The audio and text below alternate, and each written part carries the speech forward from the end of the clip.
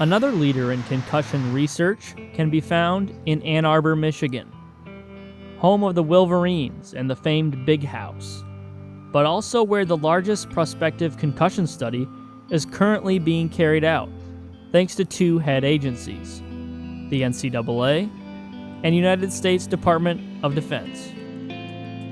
One of the chief researchers in the efforts is Dr. Stephen Broglio. With a PhD in exercise science, Dr. Broglio is a certified athletic trainer and just recently came to Michigan in 2011. Working closely with Mike McCray at Medical College of Wisconsin, Tom McAllister down at Indiana University School of Medicine. We're running the clinical portion of the investigation at Michigan. Mike is running what's termed the Advanced Research Core, and then Tom handles kind of the administration of it. I think one of the things, the application that we put in was not just a single site. It wasn't just Michigan. It was a collaborative project across 3 schools. These institutions are taking the reins on this NCAA study, but there are several member schools also involved, including the University of Oklahoma, where Scott Anderson is the principal investigator. In 1987, Anderson became the head athletic trainer at Tulane University, before taking the same position at OU in 1996. Much like the lead universities, OU's medical background promoted its involvement with the project. We participated in NCAA sponsored research through Kevin Guskowitz and Michael McCray back in the late 90s, 2000. Those were seminal studies. They have prompted some of the standards of how we manage concussion today, not just at the University of Oklahoma or collegiately, but how concussion is managed through the industry of sport. We've had a pretty strong track record of doing concussion work. I started right around 99 and 2000, so 15 or so years of experience. Mike McCray's been doing it for 25 years maybe. Tom McAllister's kind of in the same boat. The initial funding is for 3 years. We're just now starting to ramp up for year 2. It is looking at every athlete in every sport, whereas again, it's been a predominant football-focused research, and that's really been the extent of our research in the past. Short-term goals, we want to understand the natural history of concussion. And that means, what are the clinical signs and symptoms, and what is the time course that it takes for those things to resolve post-injury. It's looking at all the factors in terms of baseline testing, and then a progression of the study of those things as concussion occurs, looking at computerized neuropsych testing and balance testing, and some of the things that have become a standard of concussion management gain a greater appreciation of the validity or lack of validity that some of those tools have. There it is. Go field. Keep out. Hey. Concussion is the result of what's termed a biomechanical impulse that's transmitted to the brain. So that impulse happens and you get that functional disturbance, almost like a traffic jam, right? You're traveling down the road, you're on a 4-lane highway, there's an accident, and that blocks that pathway. Get off the exit, we kind of go down the country road, go down to the next exit, and get back on. We get to wherever it is we're going, it just takes us a little bit longer. Third one was Maryland this year. It was actually on the first drive of the game, and it ended up being best game of the year for me and our offense. I couldn't see out of the left half of my left eye. I mean, black. It was weird. And then it faded into fuzz and then was semi-okay on the right side. I remember coming back the next day watching film and not remembering a lot of things that had happened and a lot of plays that I'd made, and that was actually kind of cool. To be honest, I thought it was kind of cool. You can have visual changes due to ocular trauma, eye trauma, or getting hit, that type of thing too. Fourth one, which was a minor one, was TCU this past year, and I didn't even think it was. It was a play where I was running and it was a face mask.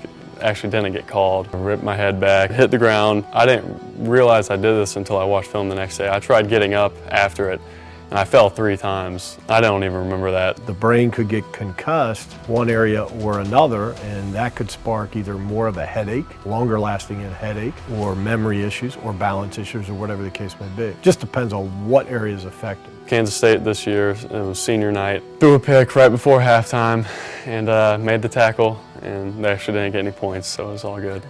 But when I made the tackle, I I just launched at it. There's no way I should have made this tackle either. His knee hit the side of my head, was way out of it. Didn't tell anyone, went into halftime. I actually threw up a couple times in there, just tried to just get as normal as I could. Came out the second half, still was woozy, was seeing just all, it was dazed and confused. And then finally the trainer came up and talked to me about something else, realized something was wrong, pulled me out, and then never got to play again, but that's just how it is. We hadn't even begun to go down the road of return to play because he was still symptomatic. We have it on paper and follow it, 4-stage return. Must be sign symptom free for 24 hours and then begin some light aerobic activity. Let 24 hours pass, remain sign symptom free, then progress to more challenging cardiovascular strenuousness. Let 24 hours pass.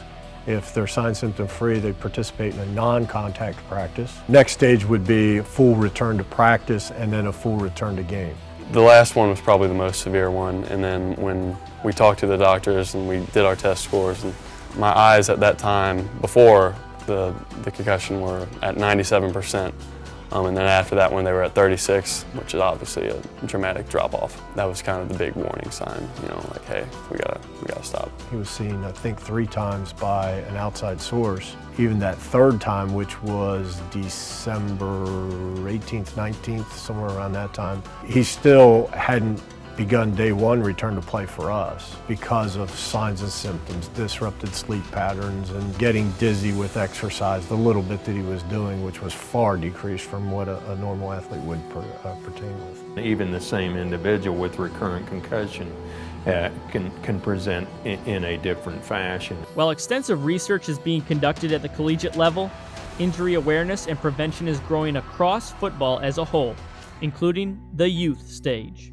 For example, in Norman, Oklahoma, tackle football does not begin until the 4th grade. Darren Sixkiller is a campus minister at the University of Oklahoma through Alameda Church of Christ. His youngest son, Camden, will begin the 5th grade come fall. Darren coaches Camden's team, which is part of a league sponsored by the Norman Optimist Club. Last season was the first for tackle, with Cam playing quarterback and linebacker.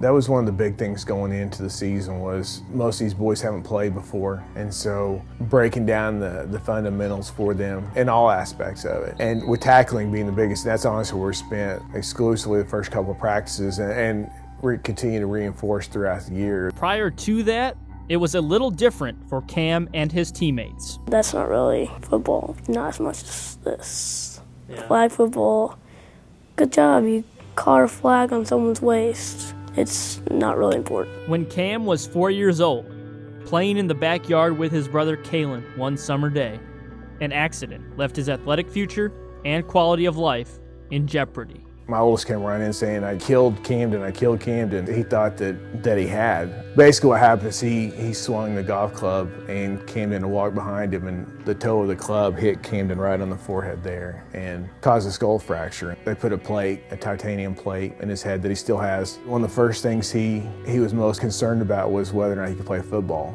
As a 4-year-old, and that speaks to how much he loves football and has loved it for a long time. He's definitely headstrong. We call him the mule. He'll stick his nose in there and go after, and didn't matter how big the runner was or the blocker or anything, he was going to go. Properly tackle people so you don't injure them or yourself, and just how to do stuff right without getting hurt. Our deal has always been you need to be active and doing something. And being a part of the team too is a big thing that you can't get in a lot of other areas of life. As for Cam's future football dreams, he hopes to one day follow in his favorite player's footsteps, Cam Newton. Probably make it to the NFL if I can. Could, if I work hard enough. Just do your best at everything you do and try your hardest. Take I-35 north from Norman, and you'll eventually see exit 174 for Stillwater, home to Oklahoma State University.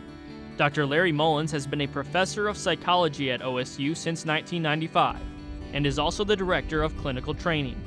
His oldest son, Taylor, played high school football at Edmond Memorial. His 2 youngest sons, Carson and Kiefer, are the same age as Kalen and Cam Sixkiller, 13 and 10, and began playing football around 3rd grade, starting first with flag football. One of the things we noticed with Carson when he was playing flag football. One of the first times he got out on the field, take into account this was a kid very quiet, a little bit introverted, but a smart kid. He got out on the t-ball field, and the first time he made a tackle, he wrestled the kid to the ground and ripped his flags off. Throughout that first season, continually made tackles and evidenced no fear whatsoever, which was in a sense shocking to his mom and I, because we had not seen that side of him. Just as Darren teaches his youth team fundamental techniques of the game to avoid injury, Dr. Mullins has witnessed a more proactive approach to handling injuries. From what I've seen, especially at the grade school level, but even at the junior high level, is that it's improved dramatically. You see people over there immediately paying attention, going through the protocol, and taking their helmet away if they need to.